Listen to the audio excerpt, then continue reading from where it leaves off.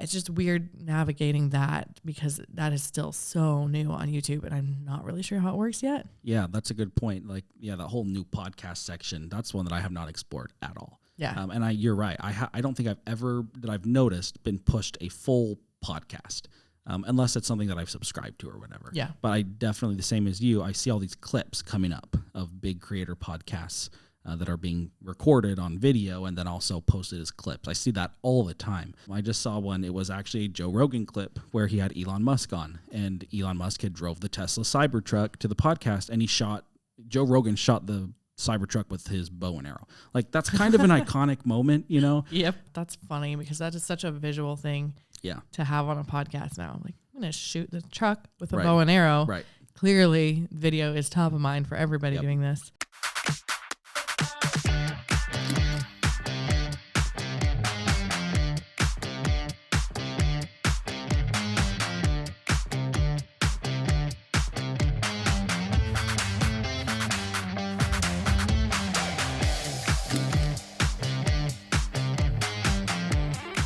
Hey guys, welcome back to the Creator Files podcast. So today we want to pop in and talk about the goals we have for this podcast, and it is pretty meta.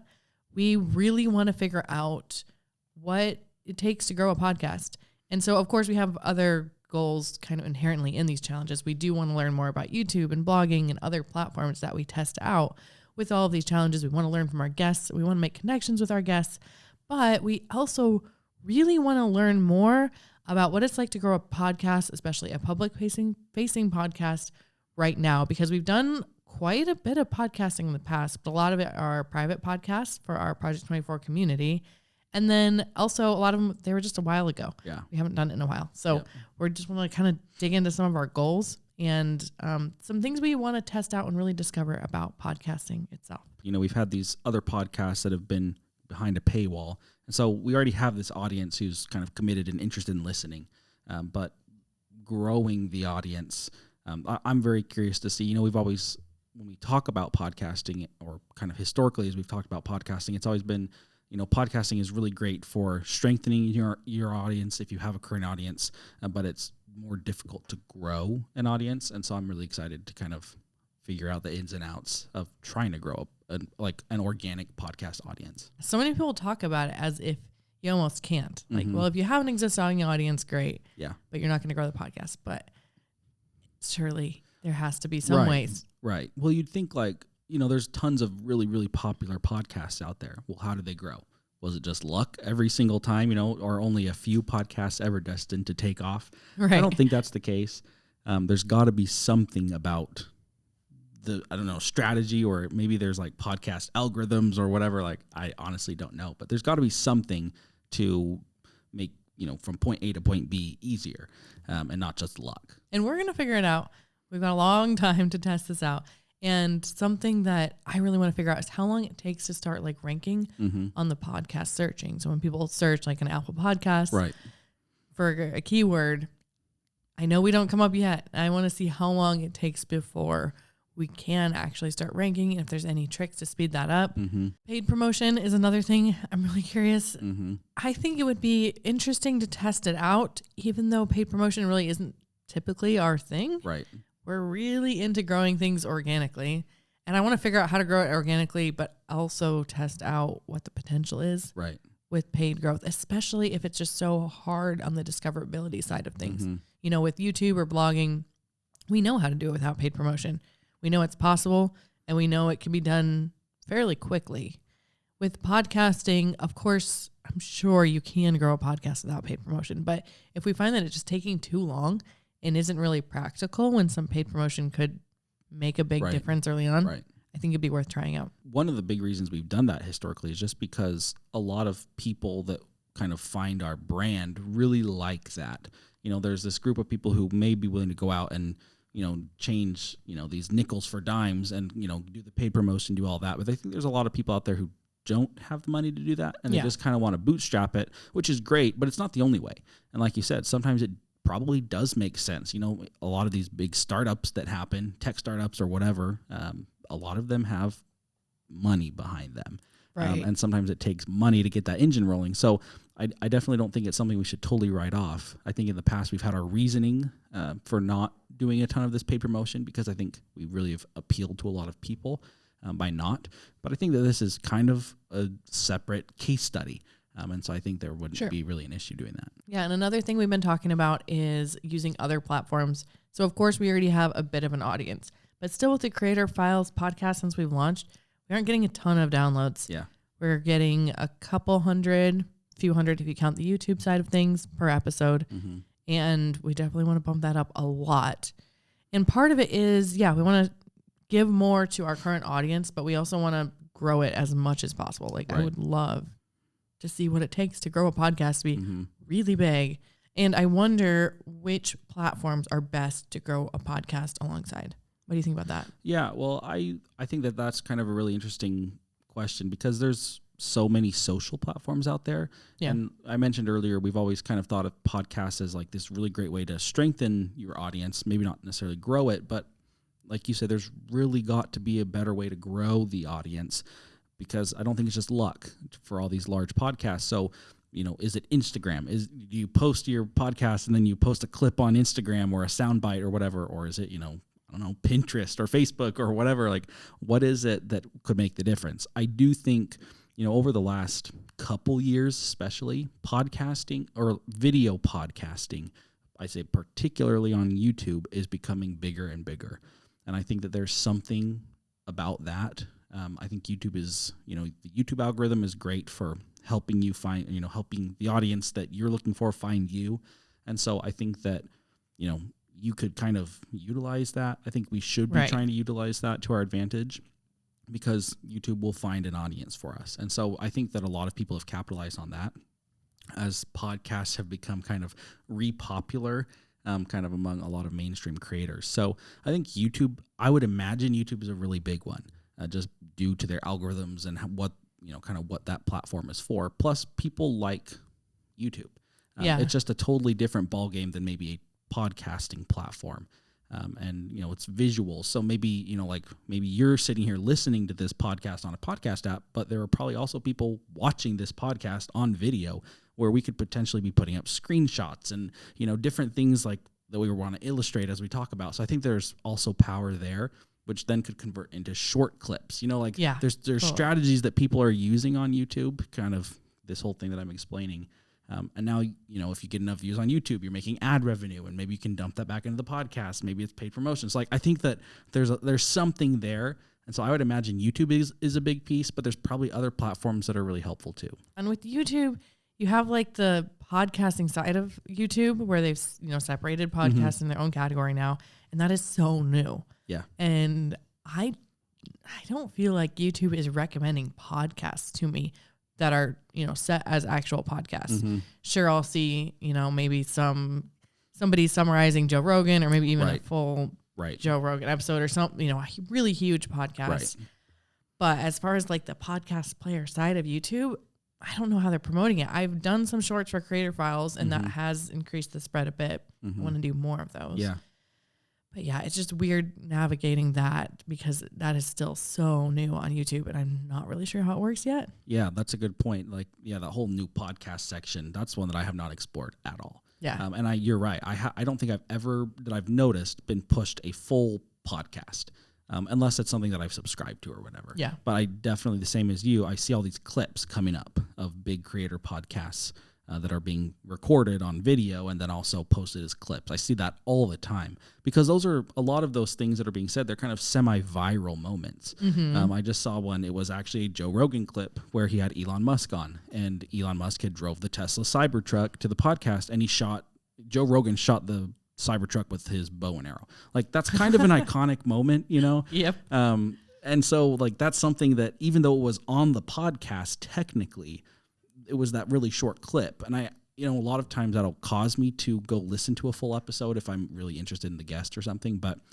yeah, I'll be interested to see what YouTube does as a platform to be pushing longer podcasts. Yeah, that's funny because that is such a visual thing to have on a podcast now. Like, I'm going to shoot the truck with a bow and arrow. Right. Clearly, video is top of mind for everybody doing this. Yep. Yeah. I think there is a huge opportunity with YouTube, though. hopefully there isn't too much of a delay in the podcasting side of things. I know with shorts, it's like, it feels like it's taken YouTube forever to figure out how to make shorts work well. Well, now that you say that, I kind of wonder if maybe that's part of YouTube's strategy. And again, this is totally a guess, but maybe they just know that pushing a longer podcast, if you're looking at a 1 or 2 hour length podcast, people are probably fairly unlikely to click that right off the bat. Yeah. It's like trying to sell someone who just comes to your website on a $10,000 product. It's like there's a barrier there. Yeah. But these clips that people are posting, that's kind of like the advertisement, or it's, they're promoting their podcast by posting these short clips, and maybe that just converts people over to the longer episodes. And so maybe the podcasting section on YouTube is just a place to store the podcasts, and then the promotion or the interest is generated by the clips. That's a total guess, but to me that would kind of make sense. I wonder if just, the longer episodes in comparison to all the other YouTube content that's maybe 5 minutes to 20 minutes in length, they probably just don't have that good of a chance of being clicked, generally speaking, in comparison to the other content that's being shown. Yeah. I don't know. Absolutely. It's a huge commitment to watch an hour-long episode of something. Right. Yeah. Another thing I'm a little concerned about, to be honest, with this podcast, and I'm curious to see, like, if we have to pivot in the future or what happens with it, but just the fact that we are wanting to explore so much, or like AI and podcasting and other platforms like Instagram that we haven't really played with yet. And, we want to interview people that are experts on making e-courses. Are we going to be able to have a loyal audience? Right. And I think all those things will help us really reach a lot of new people because every time we dabble in one of those things, we meet new people in their audience. And of course, being broad will help us. But how many people are really interested to hear about all of those? I think there are some for sure that like they're really into their topic and their niche, and they are curious about all the potential ways of really promoting it. People who have these websites or YouTube channels, and they really want to just be an authority in their area. It makes sense for them to consider all these platforms and all these different strategies, but I think it will limit us on the loyalty of our audience, since we're not just picking one thing. We're not just doing YouTube or blogging. I don't know what that's going to look like. Yeah, that's a probably a fair thing to be worried about. You think about like a true crime podcast. Every one of those people listening, they're united by the topic. Whereas this podcast is really, the topic is creators. It's like everything in the creative space potentially, but that's a pretty broad topic. Yeah. So you're probably right. For every guest that we have, maybe 10% of those people stick around for the next topic. But it'll be interesting to see kind of how that impacts our growth or kind of the longevity of the audience. Because I would imagine, people come, they watch for a certain number of episodes really, religiously, and then they probably leave at some point. So it'll be interesting to see if that lifespan of the listener is shorter just because we're switching topics. Or maybe we just get a smaller percentage of people that stay for longer, and maybe people kind of fall off quicker. I don't know. It'll be interesting to see. YouTube will keep recommending new YouTube videos. Podcasts, especially if you're not watching it on YouTube, I mean, it's there still on your feed sort of, but it's not the same. And I just think if somebody gets out of the habit of it, if they watch one, they're like, oh, I'm really interested in Facebook. And then the next one is Instagram. Maybe they're interested enough in Instagram and they listen to that one. And then the next one is blogging. And they're like, I don't care. Yeah. The next one is AI and they don't care.